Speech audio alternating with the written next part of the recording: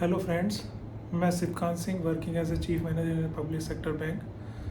अभी हम लोग बात कर रहे हैं सरफेसी एक्ट के बारे में। और जो वीडियो सरफेसी एक्ट के रूल्स के डिटेल डिस्कशन कर रहे हैं, तो लास्ट जो वीडियो डाला था उसमें कुछ क्वेश्चन आए हैं। तो उस क्वेश्चन पर मैं थोड़ा सा बात करना चाहूँगा। मोहित मंडल जी ने पूछा है कि थर्ड पार्टी प्रोडक्शन कब वीक होता है। तो मैं ये बताना चाहूँगा कि थर्ड पार्टी इंटरेस्ट क्रिएट कब होता है। सबसे पहले तो ये समझने की ज़रूरत है, जब हम सेल नोटिस देते हैं और सेल नोटिस पे अगर ऑक्शन परचेजर ने बिड डाल दी और अपना अमाउंट जमा कर दिया, तो जैसे ही ऑक्शन होने के बाद अगर ऑक्शन परचेजर ने अपना बिड डाल दिया है, तो यहाँ पर थर्ड पार्टी इंटरेस्ट क्रिएट हो गया।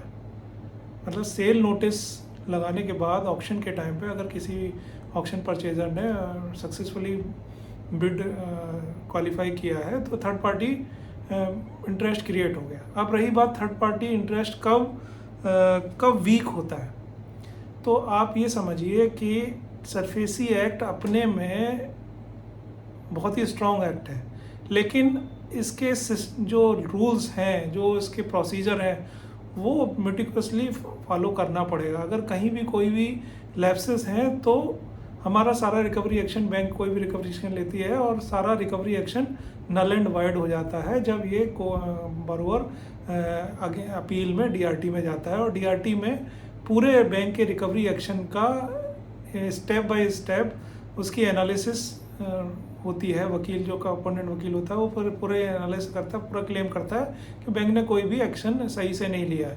तो बैंक की तरफ से होता है, डिपेंड करना होता है कि सारे एक्शन एज पर एक्ट लिए गए। तो थर्ड पार्टी प्रोटेक्शन वहीं वीक हो जाता है जहां पर अगर हमारे बैंक ने जो रिकवरी के एक्शन लिए हैं, अगर कहीं उसके जो स्टेप्स हैं 13(2) नोटिस से लेकर सेल तक के, अगर वहाँ पर जो प्रोसीजर बैंक एक्ट ने बताया है उस हिसाब से बैंक ने फॉलो नहीं किया है, तो थर्ड पार्टी प्रोटेक्शन वीक हो जाएगा। एक थर्ड पार्टी इंटरेस्ट और भी होता है कि अगर प्रॉपर्टी जो हम सेल पे लगा रहे हैं वो पहले से टेनेंट है, टेनेंसी है उसमें। तो टेनेंसी में एक्ट ये कहता है कि टेनेंसी एक तो रजिस्टर्ड होनी चाहिए और रेंट रेगुलरली पे होना चाहिए। टेनेंसी जो है वो EM mortgage, property mortgage, bank में मॉर्गेज करने से पहले की होनी चाहिए, तो ही वो सस्टेनेबल है। अगर बैंक की मॉर्गेज होने के बाद टेनेंसी है, तो विदाउट अगर एनओसी, बैंक की एनओसी के आप टेनेंसी क्रिएट हुई है, तो टेनेंट के राइट नहीं एप्लीकेबल होंगे, वो प्रॉपर्टी सेल हो जाएगी और ऑक्सीजन परचेजर का राइट क्रिएट हो जाएगा। अगर टेनेंसी आपकी मॉर्गेज होने से पहले की है, तो फिर टेनेंसी के राइट एप्लीकेबल हो जाएंगे और प्रॉपर रेंट पे हो रहा है। तो दो तरीके के थर्ड पार्टी क्रिएशन हो गए। एक तो टेनेंसी से रिलेटेड, जो कि बड़ा इंटरेस्टिंग है, इसके ऊपर कुछ केस लॉज भी हम डिस्कस करेंगे लेटर ऑन। और दूसरा हो गया टेनेंसी जब ऑक्शन परचेजर का राइट क्रिएट होगा, तो उसमें यह है कि भाई ये बैंक ने सारे एक्शन अगर सरफेसी एक्ट के प्रॉपर किए हैं तो ठीक है, अदरवाइज राइट जो प्रोटेक्शन है वो वीक हो जाएगा। अगर कोई भी लैप्सेस हैं तो सेल सेट असाइड हो सकती है। तो मोहित मंडल जी, मैं समझूंगा कि आपको चीज़ें क्लियर हो गई होंगी, और नहीं हो तो फिर से आप कोई डाउट हो तो आप फिर से कमेंट में क्वेश्चन पूछ सकते हैं। साथ ही अंशु पाटिल जी का एक क्वेश्चन आया है कि ये पूछते हैं कि सर, पोजेशन नोटिस और सेल नोटिस दोनों एक ही हैं या अलग अलग? ये दोनों ही अलग चीज़ें हैं। मैं ये कहूँगा कि मैंने इसीलिए सरफेसी एक्ट का रूल वाइज छोटे छोटे वीडियो और छोटे छोटे डिटेल बनाने की कोशिश की है कि चीज़ें अच्छे से समझ में आ सकें। मैं ये कहूँगा कि आप मेरे सारे वीडियो को अच्छे से स्टडी करें तो आपको चीज़ें क्लियर होंगी। पोजीशन नोटिस 13/4 का सिंबॉलिक पोजीशन नोटिस है और पोजीशन हो जाने के बाद फिर सेल नोटिस दिया जाता है। सेल नोटिस पोजीशन नोटिस भी उसको पब्लिकेशन सिंबॉलिक पोजीशन का पब्लिकेशन कराना है, बाय थ्रू पोस्ट भेजना है और उसको बोरोवर के प्रीमिसेस पे कॉन्स्पिशियस प्लेस पे अफेक्स करना है। साथ ही सेल नोटिस का भी हमें उसके कॉन्स्पिशियस प्लेस पे बोरोवर के मेन गेट पर वहाँ पर चिपकाना है, उसको भी बाई पोस्ट भेजना है और उसका पोस्टल रिकॉर्ड रखना है, साथ ही पब्लिकेशन भी कराना। तो ये दोनों अलग अलग चीज़ें हैं।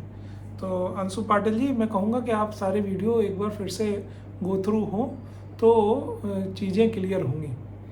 सरफेस एरिया बहुत ही इंटरेस्टिंग है, लेकिन साथ साथ बहुत ही सावधानी चाहता है कि आप बैंक कोई भी एक्शन ले तो proper step by step follow करते हुए ले, और उनका मैंने कहा पहले वीडियो में बताया था, चेकलिस्ट बना के काम करें।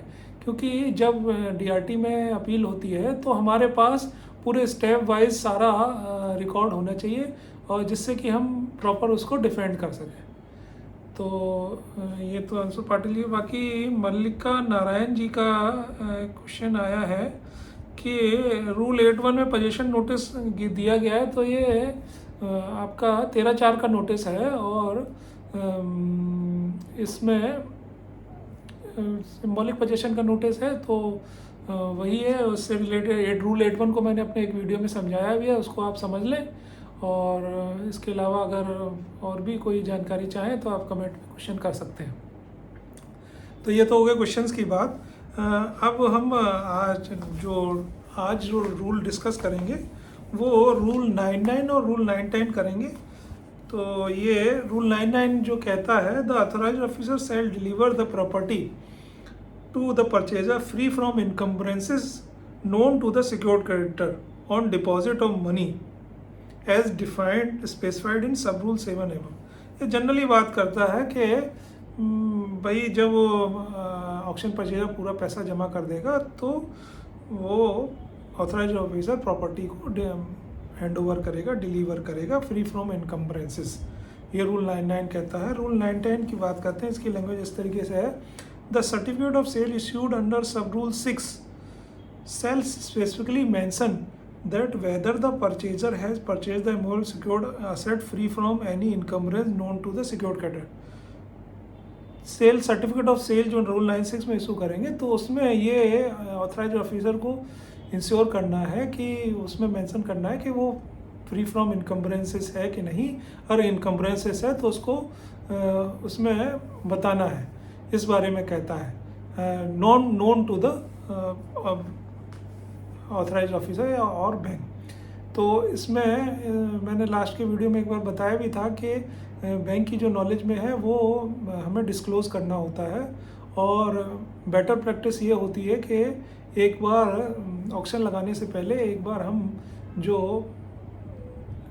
स्टैट्यूटरी अथॉरिटीज़ हैं, अगर मान लीजिए इंडस्ट्रियल लैंड है तो डेवलपमेंट इंडस्ट्रियल अथॉरिटी जो है उसको एक नोटिस भेजें, बिजली इलेक्ट्रिसिटी डिपार्टमेंट है या और कोई डिपार्टमेंट है जिसके ड्यूज़ हो सकते हैं, उनको एक जनरल नोटिस भेजना चाहिए कि अगर आपके कोई ड्यूज़ हैं तो वो आप हमें इन्फॉर्म कर दें, जिससे कि वो स्पेसिफिकली मेंशन किए जा सकें। एक बेटर प्रैक्टिस होगी। तो आज हमने रूल 9.9 के बारे में बात किया, रूल 9.10 के बारे में बात किया, और जो हमारे व्यूअर हैं उनके क्वेश्चंस को भी लिया। फ्रेंड्स, आपको मेरे वीडियो कैसे लगते हैं प्लीज़ लाइक, सब्सक्राइब, और उनसे रिलेटेड कोई भी क्वेरी हो तो क्वेश्चन कीजिए, मैं पूरी कोशिश करूंगा कि मैं उनका जवाब दूं। साथ साथ मुझे ये भी बताइए कि किस टॉपिक पर, बैंकिंग से रिलेटेड किस टॉपिक पर आप वीडियो चाहते हैं, मैं कोशिश करूंगा कि उस पर मैं वीडियो बनाऊं। Thank you friends.